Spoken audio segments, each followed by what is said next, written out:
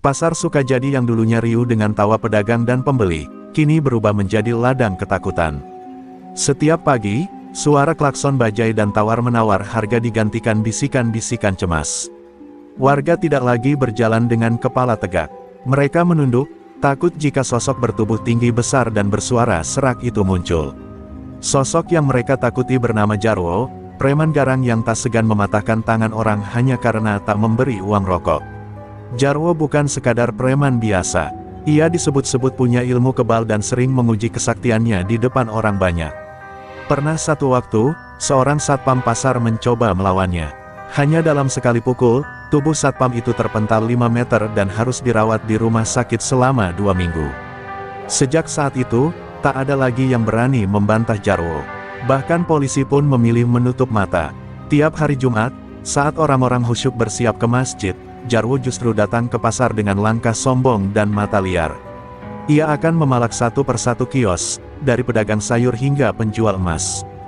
Dan siapapun yang berani menolak, akan merasakan sikut maut atau sabetan rantai yang selalu tergantung di pinggangnya. Kengerian Jarwo menyebar seperti angin malam, dingin dan mematikan. Di salah satu sudut pasar, Mak Iem, penjual tempe tua yang hidup sebatang kara, menjadi korban terbaru. Siang itu, Jarwo meminta uang hasil jualan seharian Mak Iem. Saat wanita renta itu menolak, Jarwo menendang lapaknya hingga berserakan. Tempe-tempe hancur di tanah, dan Mak Iem hanya bisa menangis sambil memungut sisa-sisa dagangannya. Tak ada yang berani menolong. Semua hanya menatap, takut namanya jadi korban berikutnya. Namun dari kejadian itu, seorang pemuda yang kebetulan tengah berbelanja mendengar tangisan Mak Iem dan merasa hatinya teriris. Ia bukan orang pasar, melainkan pendatang dari Jawa Timur yang tengah berkunjung ke rumah pamannya. Tanpa banyak bicara, malam itu juga ia pulang ke desanya untuk melapor kepada seseorang yang ia anggap mampu menghadapi makhluk seperti Jarwo. Sosok itu tak lain adalah Gus Idam, seorang ulama muda dengan aura teduh namun memancarkan wibawa yang tak biasa. Nama Gus Idam memang sudah lama dikenal di Jawa Timur sebagai kiai muda yang kerap menghadapi orang-orang dengan ilmu hitam, bahkan dikenal mampu menaklukkan dukun dan preman. Saat pemuda itu menceritakan kondisi pasar Sukajadi, Gus Idam hanya tersenyum tipis. "Kalau Allah izinkan, besok kita berangkat," ucapnya pelan. Tak ada amarah, hanya ketenangan yang mencengangkan dari suaranya. Esok paginya, kabar tentang kedatangan Gus Idam tersebar pelan-pelan di kalangan warga. Sebagian menganggapnya gila, sebagian lagi merasa harapan itu kembali menyala. "Apa bisa Kiai Kalem begitu ngalahin Jarwo?" tanya seorang tukang becak sambil menghisap rokoknya. Tapi satu persatu, para pedagang mulai mengumpulkan keberanian untuk diam-diam menyambut tamu dari timur itu. Hari itu langit Sukajadi tampak lebih teduh dari biasanya, seolah alam tahu bahwa akan datang perubahan. Gus Idam melangkah pelan di tengah pasar, mengenakan sarung dan sorban putih bersih. Tatapannya lembut menyapu sekitar, dan setiap mata yang bertemu dengannya merasa sejuk di hati. Tapi perubahan tak datang dengan mulus. Di kejauhan, terdengar suara langkah sepatu bot menghantam aspal dan tawa kasar menggema. Jarwo sudah tahu ada tamu baru di wilayahnya.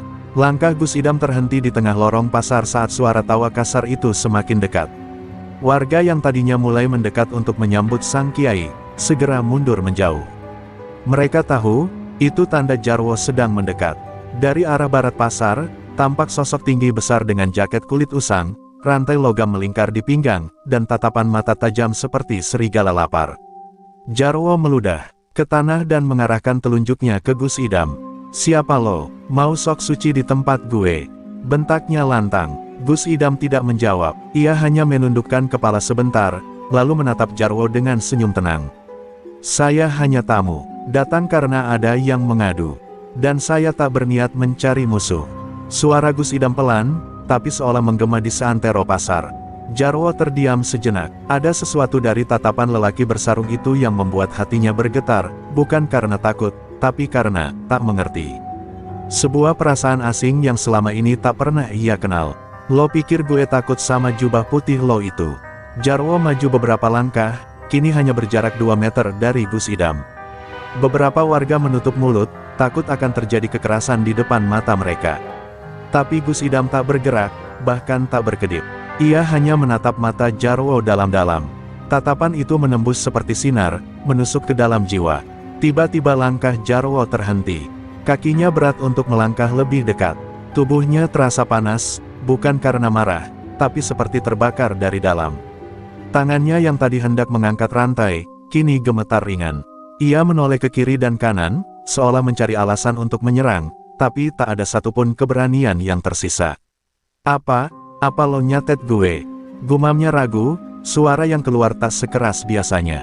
Gus Idam menggeleng pelan, saya hanya membawa cahaya, mungkin hati yang lama terbungkus gelap akan merasa silau karenanya. Kalimat itu sederhana, tapi terdengar seperti palu yang memukul langsung ke dada Jarwo. Semua warga terpana, bahkan beberapa terlihat berlinang air mata. Mereka baru sekali ini melihat sang preman kehilangan kendali atas dirinya. Dengan geram, Jarwo berbalik arah dan pergi. Tapi langkahnya tampak goyah, seperti orang bingung mencari arah. Di balik sorot matanya yang keras, tersimpan kebingungan dan rasa malu yang belum pernah ia rasakan. Gus Idam hanya berdiri mematung, lalu berbalik menuju sebuah warung tua, tempat ia akan menetap selama di Sukajadi. Warga pun mulai berani mendekat, mengelilingi sang kiai, dan mencium tangannya dengan penuh harap. Di warung itu, Gus Idam duduk bersama beberapa tokoh pasar. Ia mendengar cerita-cerita lama tentang kekejaman Jarwo, tentang pemuda yang kehilangan tangan karena menolak membayar, tentang perempuan yang ditampar karena tak memberi uang keamanan. Wajah Gus Idam tetap tenang, tapi matanya memancarkan kesedihan. Kalian semua sudah lama dibungkam oleh ketakutan, ucapnya pelan, maka biarkan sekarang keadilan dan kebenaran bicara. Sementara itu, di sudut pasar yang gelap, Jarwo duduk sendirian. Ia menatap telapak tangannya yang masih terasa panas. Di kepalanya, suara Gus Idam terus terngiang. Hati yang lama terbungkus gelap akan merasa silau. Kata-kata itu menamparkan egonya. Ia bukan takut pada Gus Idam, ia takut pada cermin yang dipantulkan oleh ketenangan sang kiai. Langkah Gus Idam terhenti di tengah lorong pasar saat suara tawa kasar itu semakin dekat. Warga yang tadinya mulai mendekat untuk menyambut sang kiai, segera mundur menjauh. Mereka tahu, itu tanda Jarwo sedang mendekat. Dari arah barat pasar, tampak sosok tinggi besar dengan jaket kulit usang, rantai logam melingkar di pinggang, dan tatapan mata tajam seperti serigala lapar. Jarwo meludah ke tanah dan mengarahkan telunjuknya ke Gus Idam. Siapa lo? Mau sok suci di tempat gue? Bentaknya lantang. Gus Idam tidak menjawab, ia hanya menundukkan kepala sebentar, lalu menatap Jarwo dengan senyum tenang. Saya hanya tamu, datang karena ada yang mengadu. Dan saya tak berniat mencari musuh. Suara Gus Idam pelan, tapi seolah menggema di seantero pasar. Jarwo terdiam sejenak. Ada sesuatu dari tatapan lelaki bersarung itu yang membuat hatinya bergetar, bukan karena takut, tapi karena tak mengerti. Sebuah perasaan asing yang selama ini tak pernah ia kenal. Lo pikir gue takut sama jubah putih lo itu? Jarwo maju beberapa langkah, kini hanya berjarak 2 meter dari Gus Idam. Beberapa warga menutup mulut, takut akan terjadi kekerasan di depan mata mereka.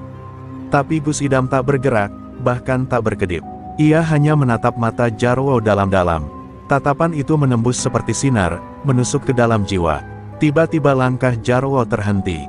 Kakinya berat untuk melangkah lebih dekat. Tubuhnya terasa panas, bukan karena marah, tapi seperti terbakar dari dalam. Tangannya yang tadi hendak mengangkat rantai, kini gemetar ringan. Ia menoleh ke kiri dan kanan, seolah mencari alasan untuk menyerang, tapi tak ada satupun keberanian yang tersisa. Apa lo nyatet gue? Gumamnya ragu, suara yang keluar tak sekeras biasanya. Gus Idam menggeleng pelan, saya hanya membawa cahaya, mungkin hati yang lama terbungkus gelap akan merasa silau karenanya. Kalimat itu sederhana, tapi terdengar seperti palu yang memukul langsung ke dada Jarwo. Semua warga terpana, bahkan beberapa terlihat berlinang air mata. Mereka baru sekali ini melihat sang preman kehilangan kendali atas dirinya. Dengan geram, Jarwo berbalik arah dan pergi. Tapi langkahnya tampak goyah, seperti orang bingung mencari arah. Di balik sorot matanya yang keras, tersimpan kebingungan dan rasa malu yang belum pernah ia rasakan.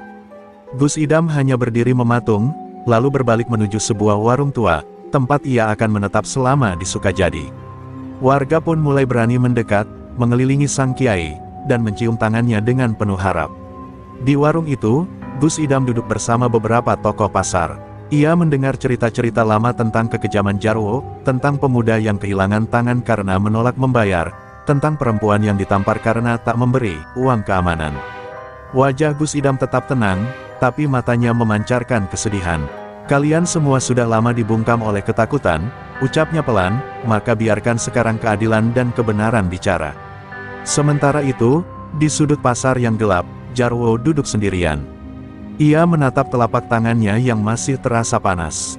Di kepalanya, suara Gus Idam terus terngiang. Hati yang lama terbungkus gelap akan merasa silau. Kata-kata itu menamparkan egonya. Ia bukan takut pada Gus Idam, ia takut pada cermin yang dipantulkan oleh ketenangan sang kiai. Warung kopi Busaro pagi itu terasa lebih hidup dari biasanya. Biasanya hanya diisi tukang becak dan pedagang kecil yang melepas lelah. Kini warung itu penuh sesak oleh warga yang ingin melihat lebih dekat sosok yang baru saja mengguncang dominasi Jarwo. Di sudut warung, Gus Idam duduk tenang sambil menyeruput kopi hitam. Beberapa tokoh pasar duduk mengelilinginya, tak henti memuji keberaniannya. Tapi Gus Idam hanya tersenyum, menolak dibanjiri pujian. Namun suasana itu seketika berubah hening ketika pintu warung terbuka keras. Jarwo muncul dengan wajah gelap dan mata merah menyala. Semua orang menegang, beberapa langsung berdiri, bersiap kabur jika terjadi bentrok. Tapi Gus Idam tetap duduk, bahkan tak menoleh. Ia hanya mengangkat cangkir kopinya sekali lagi, lalu meletakkannya perlahan di atas meja. "Silakan duduk, Mas Jarwo," ucapnya tenang, seakan menyambut tamu biasa. Jarwo melangkah perlahan, hatinya bergejolak, antara amarah dan rasa penasaran yang belum padam. Ia duduk di kursi seberang Gus Idam, memandangi wajah sang kiai dengan sorot mata tajam. "Gue gak suka digurui," katanya dingin. "Apalagi sama orang asing yang tiba-tiba bikin gue kayak anak kecil." Suaranya serak, namun menyimpan rasa yang belum ia pahami, semacam rasa hormat yang enggan ia akui. Gus Idam menatapnya lekat-lekat. "Saya tidak datang untuk menggurui. Saya datang karena mendengar ada ketidakadilan di tempat ini. Kalau Mas Jarwo merasa tersinggung, saya mohon maaf. Tapi jika yang saya bawa adalah kebenaran, biarlah nurani Mas Jarwo yang menilai." Kata-kata itu mengalir seperti air, tapi menghantam keras di dada sang preman. Beberapa warga yang masih tinggal di warung menahan napas. Adu tatapan antara dua pria itu seperti dua dunia yang berbeda bertemu. Yang satu keras, gelap, penuh luka masa lalu. Yang satu teduh, jernih, membawa cahaya. Jarwo mengalihkan pandangannya sejenak, lalu menatap tangan kanannya sendiri. "Lo, ngapain lo bisa bikin tangan gue panas kemarin?" tanyanya, lebih lirih. Gus Idam menghela napas pelan. "Itu bukan dari saya. Mungkin hati Mas Jarwo sendiri yang sedang menolak bayangan masa lalunya. Mungkin tubuh Mas Jarwo sendiri yang sedang memberontak dari semua dosa yang disimpan terlalu lama." Kalimat itu membuat Jarwo menggertakkan gigi. Tapi bukan karena marah, melainkan karena merasa dilucuti dari segala topeng. Tak ada bentakan, tak ada tendangan. Yang terjadi hanyalah sunyi. Dan di dalam sunyi itu, Jarwo seperti sedang berperang dengan dirinya sendiri. Ia bangkit, menatap semua orang yang sejak tadi memperhatikannya. "Gue belum selesai sama lo, Kiai," ucapnya pelan. Tapi kali ini, bukan ancaman yang terdengar. Justru seperti seseorang yang belum siap untuk kalah, namun tahu bahwa dirinya mulai goyah. Setelah Jarwo pergi, suasana warung kembali hidup. Tapi bukan dengan gelak tawa, melainkan dengan bisikan-bisikan takjub. Jarwo duduk, dan diam, kata Busaro dengan mata berkaca-kaca. Gus Idam hanya menunduk, lalu berbisik, "Tak semua pertempuran dimenangkan dengan kekerasan. Kadang diam bisa lebih tajam dari senjata." Malam mulai merayap turun ketika Gus Idam berjalan sendirian menyusuri gang kecil di belakang pasar. Angin membawa aroma tanah basah dan sisa-sisa asap dapur dari rumah warga. Ia tahu, malam ini tak bisa ia gunakan hanya untuk beristirahat. Ada sesuatu dalam diri Jarwo yang belum selesai, bukan sekadar kesombongan preman, tapi luka yang mengeras jadi dendam. Dan hanya dengan memahami masa lalu, Gus Idam bisa membuka jalan menuju perubahan. Di sebuah musola kecil yang hampir roboh, Gus Idam bertemu dengan Pak Karim, mantan guru ngaji yang kini renta dan buta sebelah. Lelaki tua itu menggenggam tangan Gus Idam erat. "Saya kenal Jarwo dari kecil, Kiai. Dulu dia anak baik, rajin ngaji, suka bantu ibunya jualan tempe," ucapnya lirih. Gus Idam mendengarkan penuh perhatian, sementara suara jangkrik dan desir dedaunan menemani percakapan mereka. Pak Karim mulai bercerita, tentang masa kecil Jarwo yang ceria berubah jadi kelam saat ayahnya, seorang kuli angkut pasar, tewas dipukuli oleh preman tua yang dulu menguasai Sukajadi. Sang ayah dibunuh hanya karena menolak membayar upeti. Sejak hari itu, Jarwo berubah. Ia berhenti ngaji, mulai tawuran, dan akhirnya menggantikan preman yang dulu membunuh ayahnya. Dia gak jahat, Kiai, dia cuma bingung gimana caranya balas dunia yang udah bikin dia menderita. Air mata menetes dari sudut mata Pak Karim yang buta sebelah. Gus Idam terdiam sejenak, lalu mengusap tangan lelaki tua itu. Tak ada anak yang lahir untuk jadi iblis, gumamnya pelan. Tapi luka yang tak pernah sembuh bisa membunuh jiwa. Kata-kata itu menggantung di udara, mengendap dalam malam yang sunyi.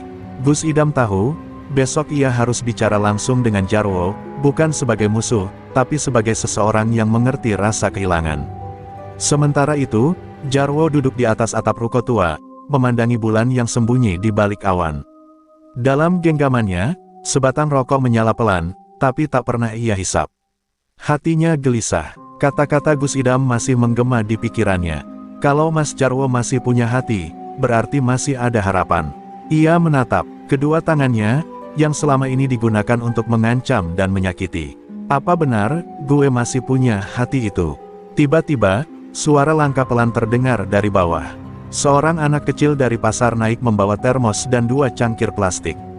Kata Gus Idam, Om Jarwo suka kopi hitam. Nih, buat Om, ucap bocah itu polos. Jarwo tertegun. Tak ada orang yang memanggilnya Om dengan nada sehangat itu sejak ibunya wafat. Ia ambil cangkir itu, dan mendadak, matanya basah. Anak kecil itu lalu berlari pergi, meninggalkannya sendirian di atap, dengan 2 cangkir kopi dan seonggok kenangan masa kecil yang kembali menghantui. Di kejauhan, Gus Idam mengamati dari bawah, tak berkata apa-apa. Ia tahu, malam ini bukan saatnya bicara, tapi saatnya membiarkan hati yang beku mencair dengan caranya sendiri. Jalan menuju tobat tak selalu melalui mimbar dan ceramah, kadang, cukup dengan 1 cangkir kopi dan kenangan yang mengoyak. Langit Sukajadi mendung sejak pagi, dan ketika sore menjelang, hujan turun dengan deras seolah ikut menangisi luka yang lama tertahan. Di tengah guyuran hujan itu, Jarwo berdiri di depan musola kecil tempat Pak Karim biasa beristirahat. Tubuhnya kuyup, rambutnya meneteskan air, tapi wajahnya tampak berbeda. Tak ada lagi sorot angkuh atau tawa sinis. Ia hanya berdiri diam, seperti anak kecil yang bingung mencari jalan pulang setelah lama tersesat. Dari dalam musola, Gus Idam melangkah keluar perlahan. Di tangannya tergenggam payung kecil yang tak cukup untuk menutupi 2 orang dewasa. Tapi ia tetap melangkah ke arah Jarwo, membiarkan air hujan membasahi jubah putihnya. Mereka berdiri saling menatap di bawah langit yang muram. Tak ada kata, hanya tatapan yang membawa banyak makna, tatapan seorang manusia kepada manusia lainnya yang sedang runtuh. Aku gak ngerti, Gus, suara Jarwo nyaris tertelan hujan. Gue udah terlalu jauh, tangan gue ini udah kebanyakan nyakitin orang. Ia menunduk, kedua tangannya mengepal, gemetar. Air hujan bercampur air mata menuruni wajahnya. Lo masih bisa lihat ada kebaikan di diri gue. Gus Idam tersenyum, meski hujan membuat wajahnya terlihat suram. Kalau bumi masih menerima hujan setelah terbakar kemarau, kenapa manusia gak boleh diberi kesempatan kedua? Ia melangkah mendekat, memegang bahu Jarwo. Tuhan tak pernah menutup pintu. Yang sering menutup adalah hati kita sendiri. Tiba-tiba, Jarwo jatuh berlutut di atas tanah becek. Ia menangis, bukan karena takut, tapi karena kelegaan yang selama ini ia tolak. Semua luka, dendam, amarah, seolah dibasuh oleh derasnya hujan dan kehadiran seorang kiai yang datang bukan untuk menghukum, tapi untuk memeluk jiwa yang terbuang. Beberapa warga menyaksikan dari kejauhan, berdiri di balik jendela dan pintu warung.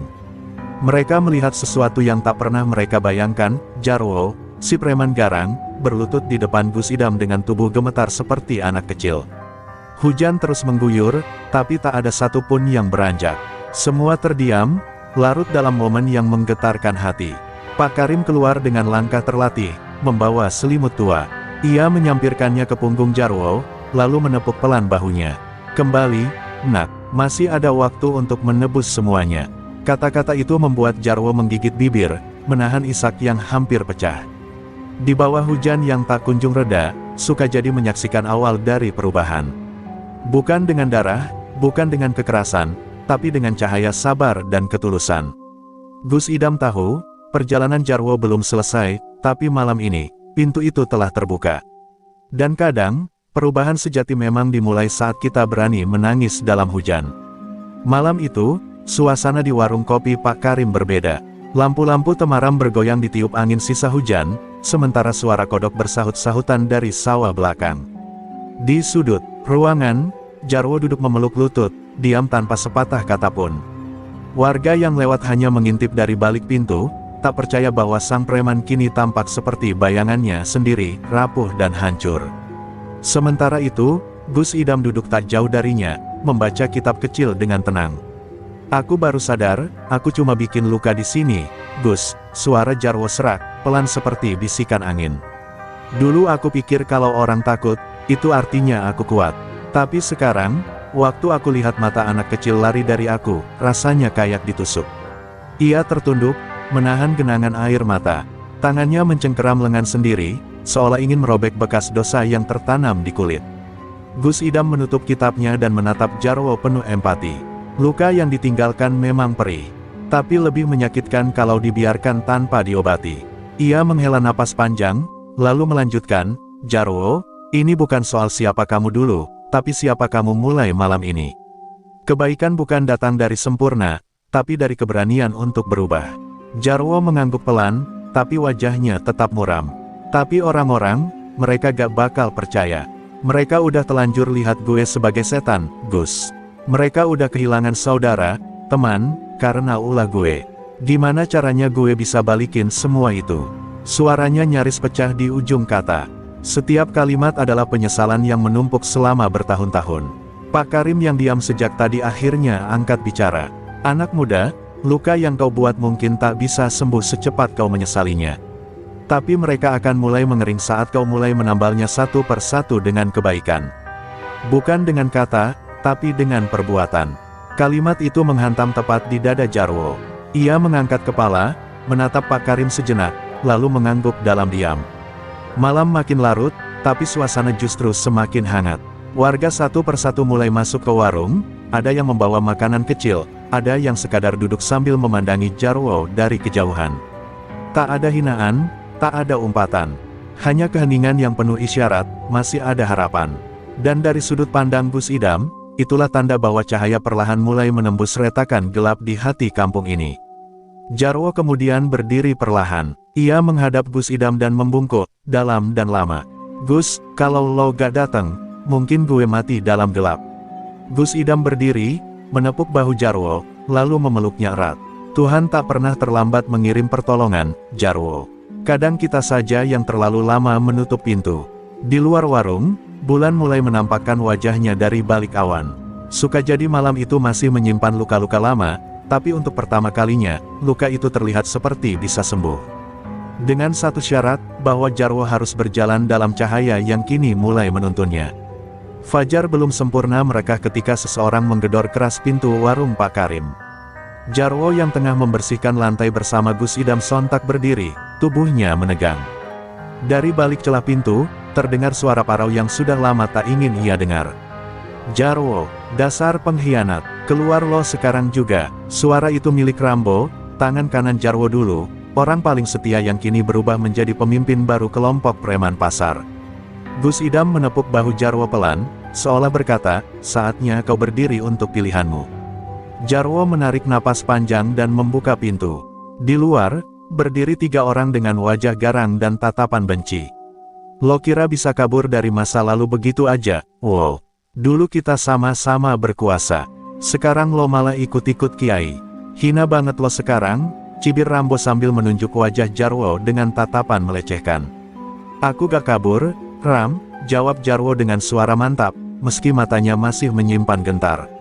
"Aku cuma sadar, kita salah selama ini. Kita bikin orang susah demi perut kita sendiri. Itu bukan kekuasaan, itu penindasan."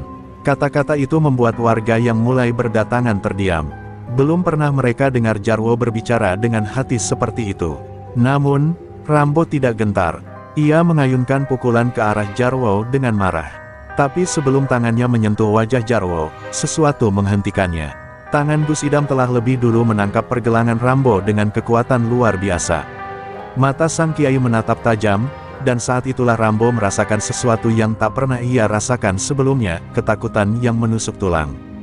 "Bukan dengan kekerasan kami membalas," ucap Gus Idam, suaranya seperti air yang menetes di atas batu panas. "Tapi jika kau datang membawa ancaman, kau harus tahu, ada yang lebih kuat dari rantai dan kekuatan otot, kejujuran dan ketulusan."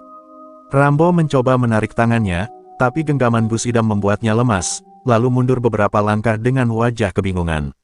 Warga mulai bersuara, beberapa meneriakkan dukungan untuk Jarwo, ada pula yang mulai melangkah maju untuk berdiri di belakangnya. Rambo melirik kanan kiri, menyadari bahwa kehadirannya tak lagi ditakuti seperti dulu. Ia menggertakkan gigi, lalu meludah ke tanah. "Gue gak akan lupa ini, wow. Lo bakal nyesel," ucapnya sebelum pergi bersama dua anak buahnya. Jarwo terduduk di lantai, menahan napas berat. Wajahnya pucat, bukan karena takut, tapi karena ia sadar, masa lalunya tak akan hilang semudah itu. Tapi ia menoleh ke arah Gus Idam, yang masih berdiri tenang di sampingnya. "Gus, ini baru permulaan ya?" tanya Jarwo pelan. Sang kiai mengangguk, "Iya, Jarwo. Tapi tak ada jalan kebenaran yang tanpa rintangan. Kau hanya perlu terus melangkah." Dan pagi itu, meski langit masih murung dan ancaman masih menggantung, satu hal sudah pasti, Jarwo tidak sendiri lagi. Ia punya niat baru, arah baru, dan cahaya yang mulai membimbingnya keluar dari bayangan masa lalu. Malam itu hujan turun deras, mengguyur pasar Sukajadi yang mulai sepi. Di dalam warung tua, Gus Idam duduk bersilas sambil berzikir, sedangkan Jarwo duduk tak jauh darinya, menatap lampu minyak yang berkedip-kedip. Suasana hening, hanya suara hujan dan gemuruh petir yang sesekali memecah keheningan. Tapi di dada Jarwo, badai jauh lebih hebat dari langit malam itu.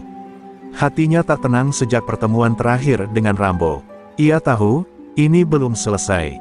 Tiba-tiba, suara keras terdengar dari depan warung. Lemparan batu menghantam jendela, membuat kaca pecah berhamburan.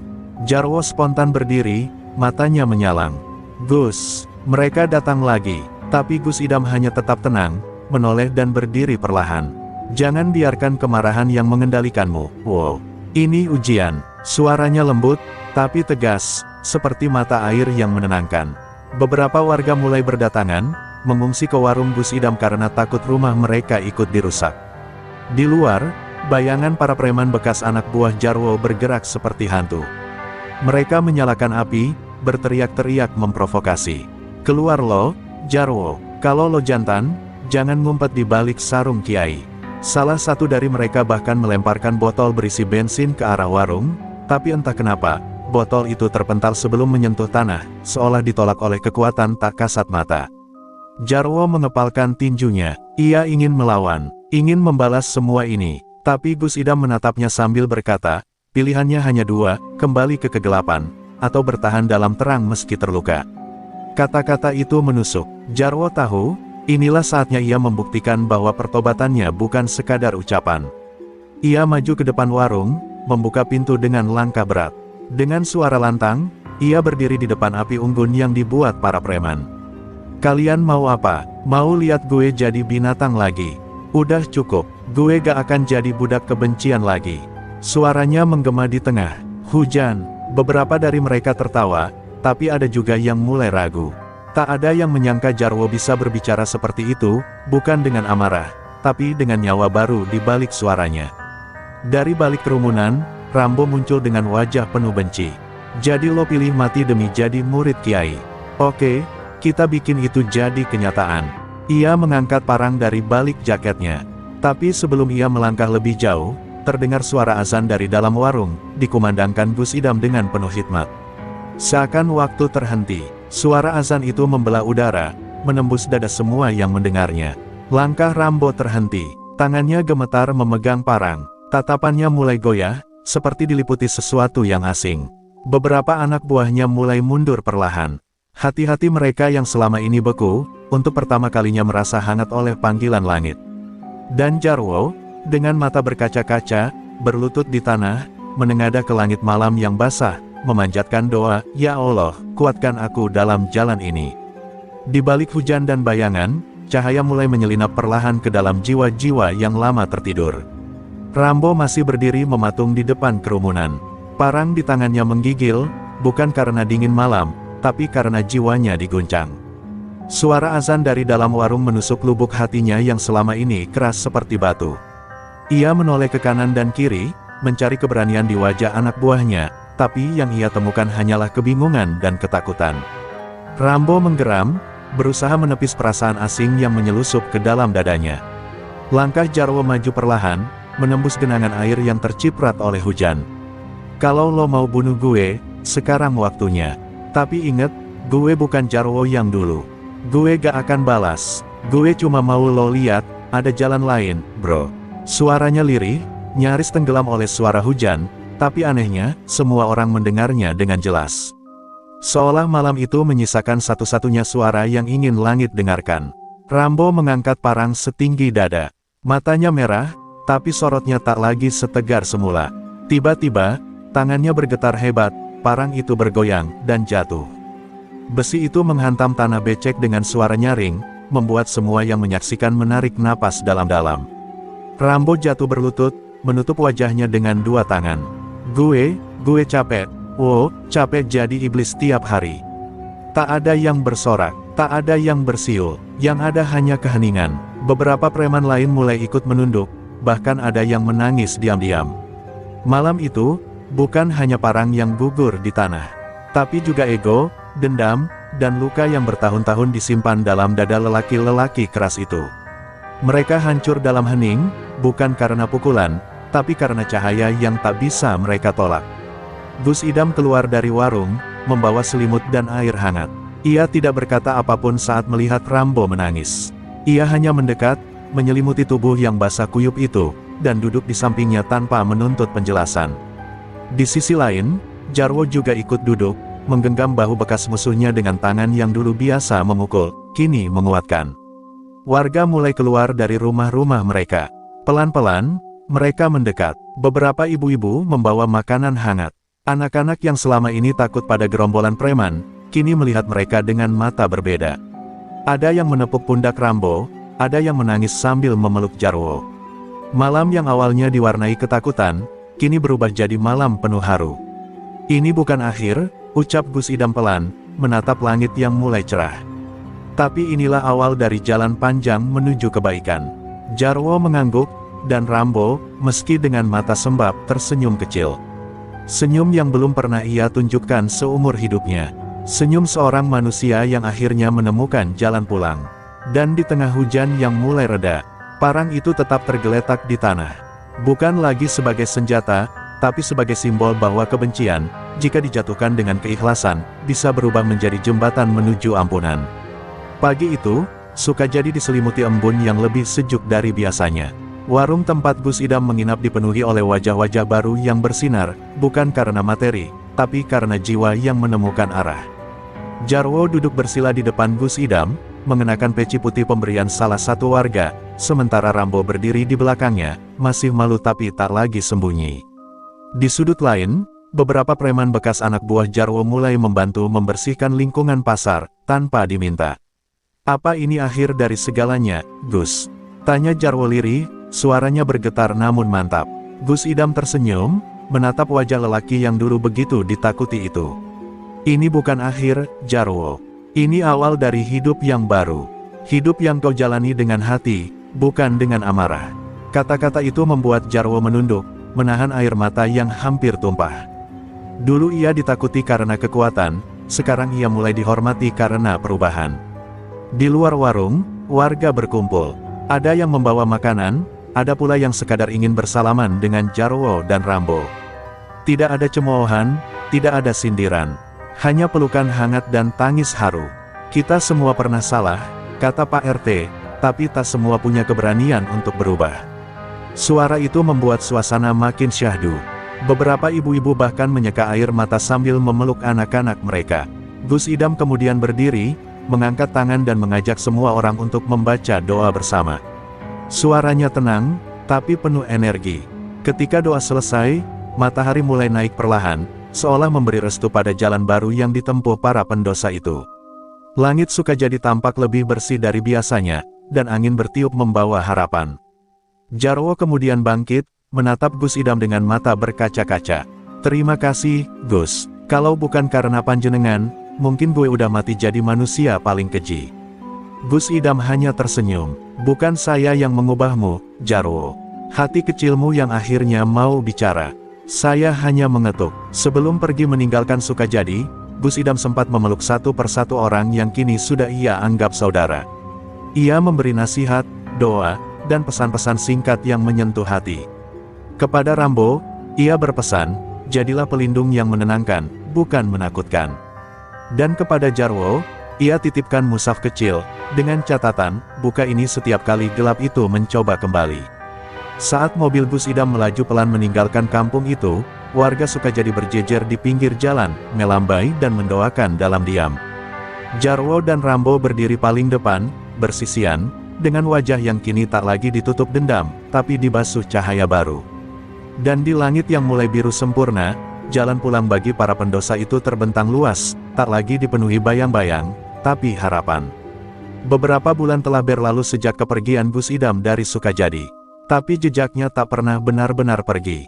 Warung tua yang dulu menjadi tempat tinggal sementaranya kini disulap menjadi balai warga dan tempat mengaji anak-anak. Jarwo, yang dulu menggenggam rantai untuk menindas, kini menggenggam pena, mencatat ayat-ayat Al-Quran dengan hati yang tunduk. Di malam hari, suaranya sering terdengar membaca ayat dengan suara terbata, belum fasih, tapi penuh rasa. Warga masih tak percaya dengan perubahan drastis itu. Namun mereka tidak lagi memandangnya dengan curiga. Mereka melihat seorang laki-laki yang setiap hari membersihkan masjid, membawakan beras untuk janda tua, dan mengantar anak-anak yatim ke sekolah. Jarwo yang dulu sudah mati, kata Pak RT suatu malam saat musyawarah kampung, yang ini sudah lahir kembali. Rambo, yang dahulu dikenal karena kegemarannya memukul lebih dulu baru bicara, kini jadi pelatih silat untuk anak-anak. Tapi bukan silat untuk menyerang, melainkan untuk menjaga diri. Ia melatih mereka sembari menanamkan nilai, ilmu itu untuk meredam amarah, bukan memuaskannya. Para orang tua pun mulai mempercayakan anak-anak mereka padanya. Ia yang dulu jadi mimpi buruk, kini jadi panutan. Setiap malam Jumat, kampung Sukajadi mengadakan yasinan di balai warga. Dan di sanalah Jarwo selalu duduk di barisan depan, memimpin doa dengan suara yang masih terdengar kaku, tapi penuh kehusyukan. Wajahnya yang dulu ditakuti, kini meneduhkan. Tak jarang, setelah doa selesai, ia bercerita tentang masa lalunya, bukan untuk menyombongkan diri, tapi untuk jadi pelajaran agar tak ada yang mengulang jalan kelam yang sama. Suatu hari, datanglah sebuah surat tanpa nama ke balai warga. Isinya pendek, "Jika hati masih bergetar saat mendengar azan, berarti Allah belum menutup pintu. Jaga cahaya itu, jangan padamkan." Di pojok kanan bawah surat itu, ada bekas tanda tinta yang familiar, inisial, GI. Jarwo yang membacanya diam lama. Ia lipat surat itu, simpan di dompet, dan sejak hari itu, ia tak pernah lagi melewatkan azan pertama. Langit Sukajadi memang tak selalu cerah. Ada kalanya mendung datang, ada pula hujan yang mengguyur deras. Tapi kini, tak ada lagi rasa takut dalam hati warganya. Karena mereka tahu, selama cahaya itu dijaga, kegelapan takkan mampu menguasai. Dan di tengah semua itu, nama Gus Idam terus disebut dalam doa, seorang kiai yang datang tanpa pamrih, mengguncang jiwa tanpa kekerasan. Di suatu senja, saat matahari perlahan tenggelam, Jarwo berdiri di atas bukit kecil di pinggir kampung. Di tangannya, mushaf kecil pemberian Gus Idam terbuka.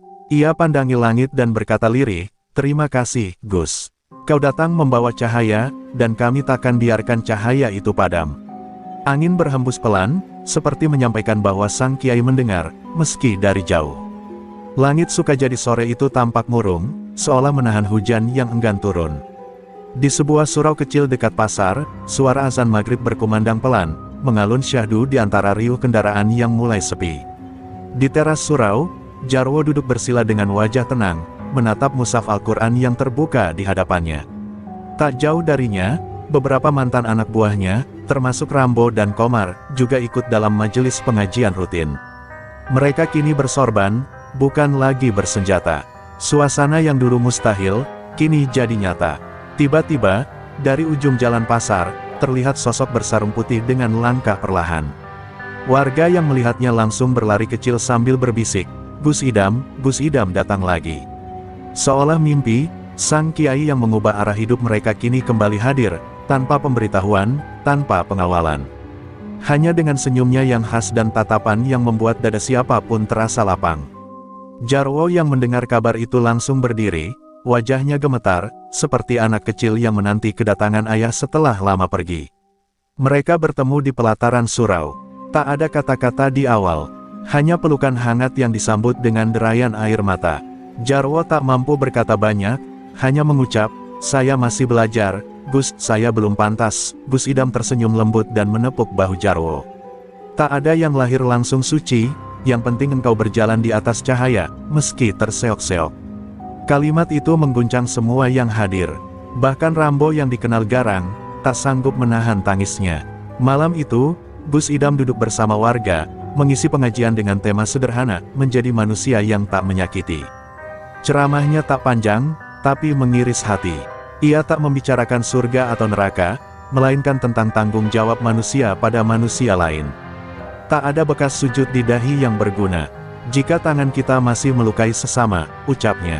Dan seluruh surau hening, hanya terdengar isakan tertahan dari mereka yang merasa tertampar. Setelah pengajian usai, Gus Idam pamit.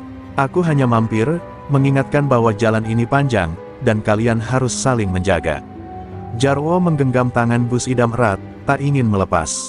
"Kalau nanti saya jatuh lagi, siapa yang angkat saya, Gus?" tanyanya lirih. Gus Idam menatapnya dalam. "Jika kamu jatuh, bangkitlah. Tapi jangan sendiri, kau sudah punya saudara, dan punya Tuhan yang tak pernah tidur." Sebelum naik ke mobilnya yang sederhana, Gus Idam menoleh dan berkata, "Kelak, cahaya yang kau jaga ini, akan jadi pelita untuk orang lain. Jangan padamkan." Lalu mobil itu melaju pelan, hilang di ujung jalan pasar. Warga tetap berdiri menatap, seperti belum rela melepas cahaya itu lagi. Tapi mereka tahu, tugas selanjutnya adalah menjaga nyala yang telah dititipkan. Dan malam itu, langit suka jadi tak jadi hujan. Justru bintang muncul perlahan satu persatu, seolah memberi salam pada mereka yang kini tak lagi takut pada gelap. Karena sekali cahaya menyentuh jiwa, gelap tak akan pernah punya kuasa lagi. 3 bulan setelah kepergian Gus Idam, suasana pasar Sukajadi perlahan berubah. Tidak ada lagi pungutan liar, tak ada suara bentakan atau teriakan malam dari warung-warung. Tapi ketenangan itu tak selamanya mulus. Dari luar kota, muncul sekelompok preman baru yang merasa kehilangan lahan basah sejak Jarwo bertobat. Mereka datang dengan niat menguasai kembali pasar yang kini dianggap tanpa pemimpin. Dipimpin oleh pria bertato bernama Madon, kelompok ini mulai meneror pedagang dengan cara lama. Jarwo, yang kini lebih sering dipanggil Bang Haji, mencoba menenangkan warga. Ia meyakinkan mereka bahwa jalan hijrah bukan berarti tunduk pada kezaliman. Namun sebagian warga mulai ragu. "Dulu kami takut karena Jarwo jahat, sekarang kami takut karena Jarwo jadi baik," bisik seorang pedagang tua. Ucapan itu seperti duri dalam dada Jarwo. Ia sadar, tobatnya kini sedang diuji, bukan hanya oleh dirinya sendiri, tapi oleh dunia luar yang belum selesai menguji niat baiknya. Madon semakin menjadi-jadi. Ia bahkan mengancam anak-anak buah Jarwo yang dulu setia padanya. Komar dipukul saat sedang mengaji di musola. Rambo dilempar botol saat menjaga parkiran. Tekanan demi tekanan itu membuat suasana kembali tegang. Warga mulai gelisah. "Kalau begini terus, jangan-jangan pasar berdarah lagi," ucap Pak RW dengan wajah cemas. Dan malam itu, Jarwo memutuskan untuk beristihara, memohon petunjuk apakah ia harus tetap bersabar, atau turun tangan dengan cara lama. Di malam yang sunyi itu, Jarwo bermimpi. Ia melihat wajah Gus Idam duduk di atas sebuah batu, memandangi api yang membakar sebuah ladang. "Api ini bukan untuk kau padamkan dengan tangan, tapi dengan air dari hatimu," ucap Gus Idam dalam mimpinya. Ketika terbangun, keringat membasahi tubuhnya. Ia menatap langit-langit kamar dan berkata pelan, "Saya akan coba dengan hati, Gus, tapi kalau mereka menyentuh yang tak bersalah, saya harus berdiri." Keesokan harinya, Jarwo mendatangi Madon. Bukan dengan tangan kosong, bukan pula dengan kemarahan. Ia membawa sepiring nasi dan air putih. Di tengah pasar, dengan puluhan mata memandang, ia duduk di depan Madon dan berkata, "Kalau kamu lapar, ayo makan. Tapi kalau kamu haus darah, saya tidak takut mati. Madon tertawa mengejek, tapi di matanya ada kebingungan. Ia tak menyangka disambut seperti itu. Namun sebelum sempat menjawab, dari balik kerumunan, seorang ibu tua maju dan berkata, "Kau bisa pukul kami, tapi kami tak akan tunduk lagi. Karena Cahaya sudah pernah datang ke sini." Madon berdiri, marah. Tapi tiba-tiba, Komar dan Rambo datang, berdiri di samping Jarwo. Mereka tak membawa senjata, hanya tasbih di tangan dan keberanian di dada. "Kami bukan preman lagi, tapi kami tetap bisa berdiri kalau kebenaran diinjak-injak," kata Rambo tegas. Suasana memanas, namun Madon justru mundur, matanya menatap ragu. Seolah untuk pertama kalinya, ia merasa kalah, bukan oleh kekerasan, tapi oleh perubahan. Hari itu menjadi penanda, Madon dan gerombolannya tak kembali lagi. Warga mulai menatap Jarwo bukan sebagai mantan preman, tapi sebagai pelindung. Ia bukan bus idam, tapi jejak sang kiai terus hidup dalam caranya berdiri. Ujian tobatnya belum selesai, tapi ia tahu, selama ia tetap berjuang dengan hati, cahaya itu tak akan pernah padam. Malam itu, langit Sukajadi kembali diguyur hujan deras. Di dalam warung kecil milik Bu Saminah, Jarwo duduk menyendiri, menatap derasnya air seperti mencari jawaban dari pusaran pikirannya sendiri. Meski Madon telah pergi, bayangan masa lalu kembali datang menghantui.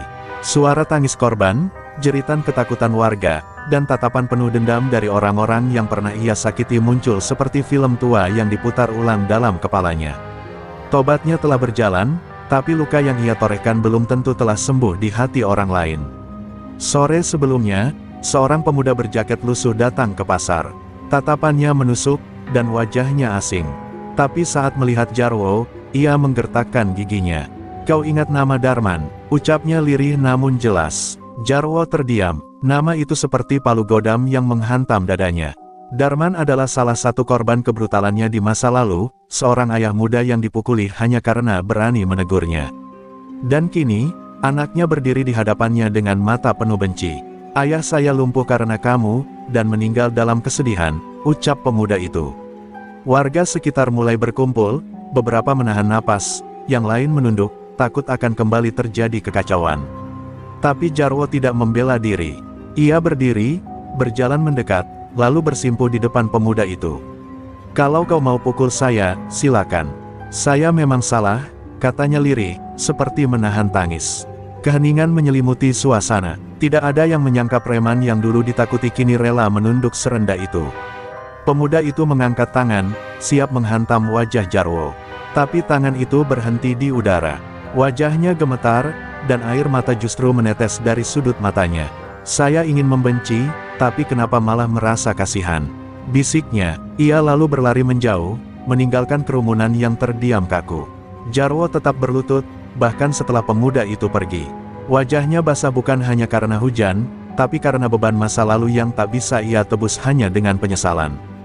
Di malam yang sama, Jarwo duduk di musola, menggenggam Al-Quran yang biasa ia baca sejak bertobat. Ia merasa hampa. "Ya Allah, kalau ini balasan untuk semua kejahatanku, izinkan aku terus menjalani. Tapi jangan biarkan mereka yang tidak bersalah menanggungnya," ucapnya lirih. Ia tahu, jalan hijrah bukan hanya soal meninggalkan dosa, tapi juga tentang menerima semua akibatnya dengan ikhlas. Keesokan harinya, pemuda itu kembali. Tapi kali ini ia membawa ibunya. Wanita tua dengan kerudung lusuh itu menatap Jarwo dengan mata basah. "Kami tidak bisa melupakan, tapi kami tidak mau terus membenci. Darman pasti ingin begitu juga," ucapnya sambil menyerahkan sehelai sajadah. Jarwo memeluk sajadah itu seperti memeluk masa depan yang mulai menghangat. Tangisnya pecah. Warga yang menyaksikan hanya bisa diam, menyaksikan bagaimana dendam bisa luluh oleh ketulusan. Hari-hari selanjutnya, Jarwo mulai aktif membimbing para pemuda. Ia ajarkan bela diri, tapi bukan untuk memukul, melainkan untuk melindungi. Ia ajarkan keberanian, tapi bukan untuk menggertak, melainkan untuk berdiri di jalan benar. Bayangan masa lalunya tidak hilang, tapi kini menjadi pengingat bahwa setiap luka bisa menjadi jalan menuju cahaya, asal ada niat untuk menyembuhkan. Di hatinya, Gus Idam tetap hidup. Bukan lagi sebagai sosok yang datang membawa keajaiban, tapi sebagai suara yang terus membisikkan, hati yang lama terbungkus gelap, harus terus belajar menerima cahaya. Dan Jarwo tahu, selama ia masih bernapas, perjuangannya belum selesai. Ketenangan yang mulai tumbuh di pasar Sukajadi perlahan diganggu oleh kehadiran sosok asing yang menebar senyum ramah, namun mata dan geraknya menyimpan sesuatu yang menggelisahkan. Namanya Jamil, mengaku sebagai pedagang kain dari luar kota. Ia sering terlihat nongkrong di warung kopi, membaur dengan para pemuda, dan sesekali memancing pembicaraan tentang Jarwo. Preman tobat tuh biasanya cuma sebentar, ujung-ujungnya balik lagi, gumamnya suatu sore, cukup keras untuk didengar banyak telinga.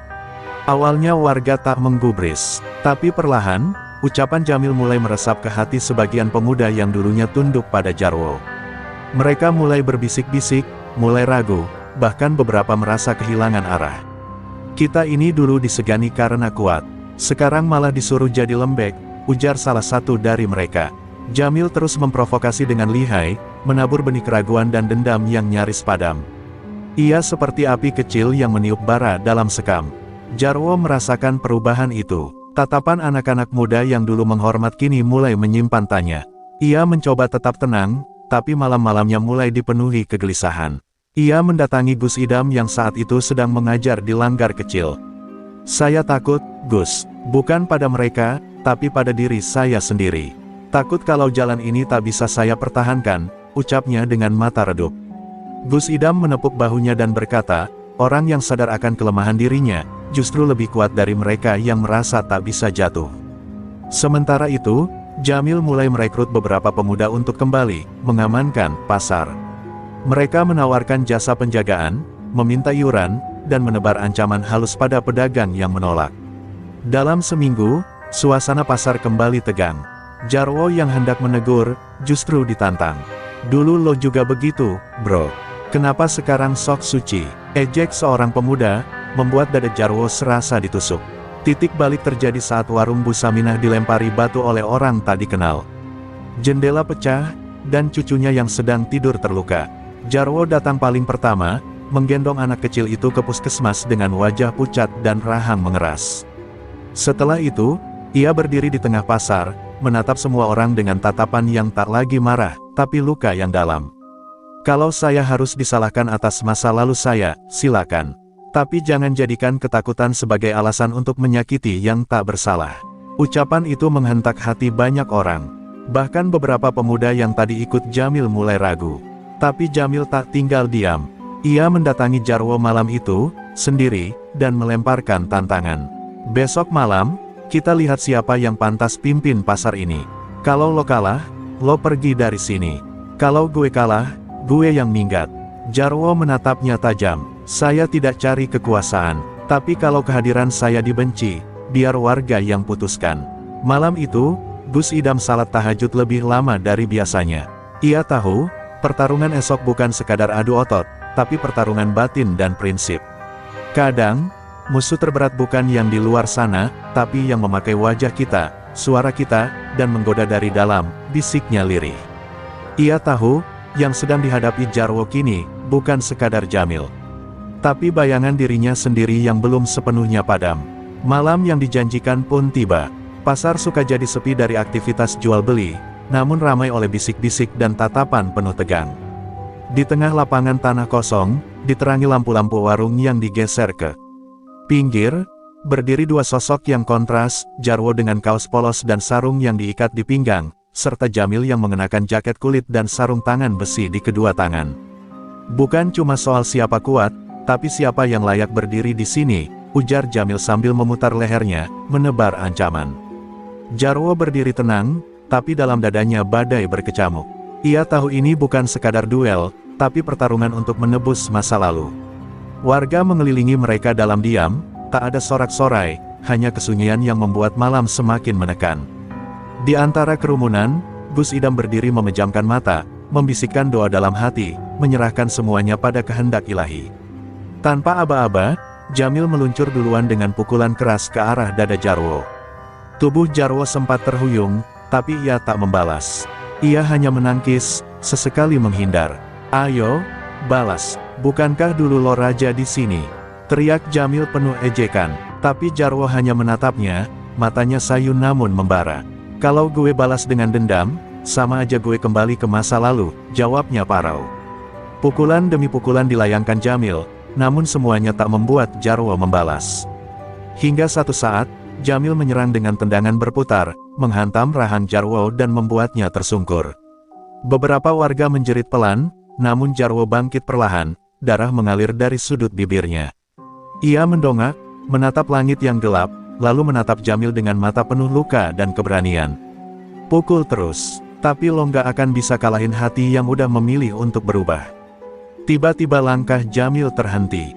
Tangannya yang sudah siap memukul, gemetar di udara. Sorot mata Jarwo tak menyimpan kebencian, justru menunjukkan ampunan. Dan itu lebih menyakitkan daripada pukulan apapun. Kenapa lo nggak lawan? Bentaknya frustasi. Karena gue nggak lagi perang sama lo, tapi sama diri gue sendiri, jawab Jarwo lirih, membuat Jamil terpaku. Beberapa pemuda yang tadinya membela Jamil mulai menunduk. Mereka melihat sesuatu yang lebih besar dari kekuatan fisik, keberanian untuk menahan amarah, kekuatan untuk menolak kekerasan. Perlahan, satu persatu mundur dari sisi Jamil. Bahkan si Roni, tangan kanannya, melangkah pergi tanpa sepatah kata pun. Jamil kini sendirian di tengah kerumunan, dikelilingi kesadaran pahit. Jamil akhirnya menjatuhkan pukulannya ke tanah, bukan ke tubuh Jarwo. Ia menatap tanah itu lama, lalu berbalik dan pergi, tanpa sepatah kata. Malam itu, tak ada pemenang yang dielu-elukan. Tapi bagi warga Sukajadi, pertarungan harga diri itu telah menyadarkan mereka akan satu hal, kekuatan sejati bukanlah menaklukkan orang lain, tapi menaklukkan diri sendiri. Di kejauhan, Gus Idam tersenyum pelan. Ia tahu, perjalanan masih panjang. Tapi malam itu, sebuah langkah besar telah ditempuh. Langkah yang tak bisa dikembalikan, namun bisa menjadi awal dari perubahan besar. Malam yang sunyi menutupi pasar Sukajadi, namun di hati setiap orang yang menyaksikan pertarungan itu, ada sesuatu yang bergolak. Gus Idam, yang sejak awal hanya menyaksikan dengan tenang, kini berdiri dengan tatapan kosong, seolah merenungi peristiwa yang baru saja terjadi. Ia merasa langkah Jarwo untuk berdamai adalah kemenangan terbesar, namun perjalanan batin Jarwo masih jauh. Perjalanan itu tak akan mudah, dan ia tahu itu. Gus Idam menghela napas, memejamkan mata, dan merasakan beratnya beban yang harus dipikul oleh setiap jiwa yang berani berubah. Sementara itu, di sudut pasar yang gelap, Jarwo duduk termenung, memandangi darah yang masih mengalir perlahan dari lukanya. Ia merasakan sesuatu yang aneh, sebuah kedamaian yang belum pernah ia alami. Dulu, kemarahan adalah pelindung, tetapi kini ia merasa bahwa amarah itu malah menyakitinya. Ia mengusap wajahnya dengan tangan, merasakan kesepian yang baru datang, seperti sebuah rasa bersalah yang perlahan mengisi relung-relung hatinya yang terluka. Jarwo tahu bahwa hidupnya tidak bisa lagi kembali seperti semula. Gus, gue nggak tahu harus mulai dari mana, kata Jarwo perlahan, berbicara kepada dirinya sendiri. Kata-kata itu keluar begitu saja, tanpa dipaksakan. Seolah hatinya yang keras mulai merekah sedikit demi sedikit. Di balik senyum sang kiai yang menenangkan, Jarwo merasa ada sebuah harapan yang selama ini hilang dari hidupnya. Gus Idam, yang tak banyak bicara, justru berhasil membuatnya terhenti dalam kekerasan yang selama ini ia jalani. Sementara itu, Jamil yang sejak tadi berjalan tanpa tujuan, akhirnya berhenti di sebuah warung kopi yang sepi. Matanya masih merah, dan hatinya dipenuhi kebingungan. Ia belum bisa menerima kenyataan bahwa ia telah kalah dalam pertarungan yang tak hanya melibatkan otot, tetapi juga jiwa. Di bawah cahaya temaram, ia menyadari bahwa dirinya telah terlalu lama hidup dalam kebencian. Apa yang gue kejar selama ini? Gumamnya pada dirinya sendiri, dengan suara yang hampir tak terdengar. Tak jauh dari sana, para warga yang sebelumnya berada di sekitar arena pertarungan mulai kembali ke tempat mereka masing-masing, namun perasaan mereka telah berubah. Mereka yang dulu hidup dalam ketakutan, kini mulai berani membuka hati dan pikiran. Ada yang berbicara tentang perubahan, ada yang berbicara tentang pengampunan. Mereka tahu, hidup tidak hanya tentang siapa yang kuat atau siapa yang paling berkuasa, tetapi tentang siapa yang bisa mengalahkan egonya dan memberi kesempatan pada kebaikan. Gus Idam kembali ke warung tua yang menjadi tempatnya bermalam. Di sana, beberapa tokoh pasar menunggunya, berharap mendapatkan petuah yang lebih dalam dari sang kiai. Namun, Gus Idam tidak segera berkata. Ia hanya duduk, menyeruput teh hangat, dan menatap langit malam yang kelam.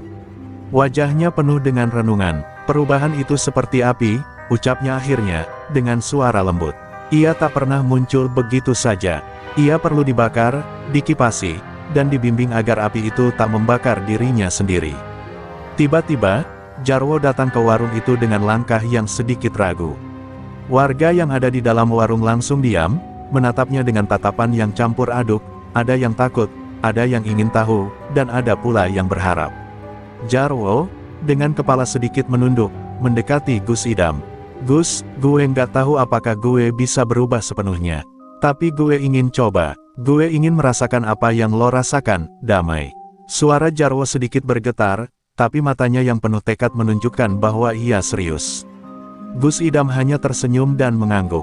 "Perubahan bukan tentang menjadi sempurna, Jarwo. Perubahan adalah tentang kesediaan untuk memulai, meski kita tak tahu kemana arah kita." Ia lalu berdiri dan menepuk pelan pundak Jarwo. "Langkah pertama adalah yang terberat. Tapi kalau kamu sudah memilih, maka jalan itu akan terbuka sedikit demi sedikit." Malam itu terasa lebih panjang dari biasanya, dengan angin yang berdesir lembut dan bintang-bintang yang tampak lebih cerah dari biasanya. Di warung kopi yang semula sepi, kini suasana terasa berbeda. Gus Idam, yang sebelumnya hanya menjadi pengamat, kini menjadi pusat perhatian bagi banyak orang. Warga pasar yang sempat terbelenggu oleh rasa takut mulai menatapnya dengan rasa hormat. Beberapa dari mereka bahkan sudah mulai membawa perubahan kecil dalam hidup mereka, seperti membuka hati untuk sesama, atau berhenti mempercayai jalan kekerasan. Jarwo, yang duduk di samping Gus Idam, merasakan perubahan itu. Ada sebuah ketenangan dalam dirinya yang tidak pernah ia rasakan sebelumnya. Dia merasa seperti baru saja keluar dari kegelapan yang selama ini menutup matanya. Setiap kata Gus Idam mengalir dengan lembut, menembus dinding kebekuan. Hatinya yang sudah terlalu lama membeku. "Cahaya itu, Jarwo," ujar Gus Idam pelan, "akan menuntunmu meski jalan di depanmu gelap. Tapi kamu harus berani berjalan, meskipun langkah pertama itu berat." Jarwo menggigit bibir, menahan perasaan yang mulai bercampur aduk di dadanya. Rasa malu, penyesalan, dan rasa ingin berubah bercampur menjadi satu. "Gus, gue nggak yakin bisa melakukannya. Gue sudah terlalu jauh tenggelam dalam kekerasan ini. Tapi, gue ingin coba," ujar Jarwo dengan suara yang sedikit gemetar. Meskipun ada ketakutan dalam dirinya, ada pula tekad yang perlahan menguat. Di luar warung, suara hiruk pikuk pasar mulai mereda, dan hanya suara angin yang terdengar. Namun, di dalam warung itu, terjadi perubahan yang lebih besar. Gus Idam hanya tersenyum dan mengangguk. "Perubahan itu dimulai dengan langkah kecil, Jarwo. Kamu tidak perlu melihat tujuan akhirnya. Yang terpenting adalah setiap langkah yang kamu ambil menuju jalan yang lebih baik. Jangan takut untuk jatuh, karena setiap jatuh itu akan mengajarkanmu cara bangkit." Sementara itu, beberapa warga pasar yang hadir mulai membuka diri. Mereka berdiskusi tentang bagaimana mereka bisa memperbaiki diri dan menghentikan siklus kekerasan yang telah lama mengikat mereka. Beberapa dari mereka yang dulu takut pada Jarwo kini melihatnya dengan pandangan berbeda. Mereka tak lagi melihatnya sebagai ancaman, melainkan sebagai seseorang yang sedang berjuang untuk keluar dari belenggu masa lalunya.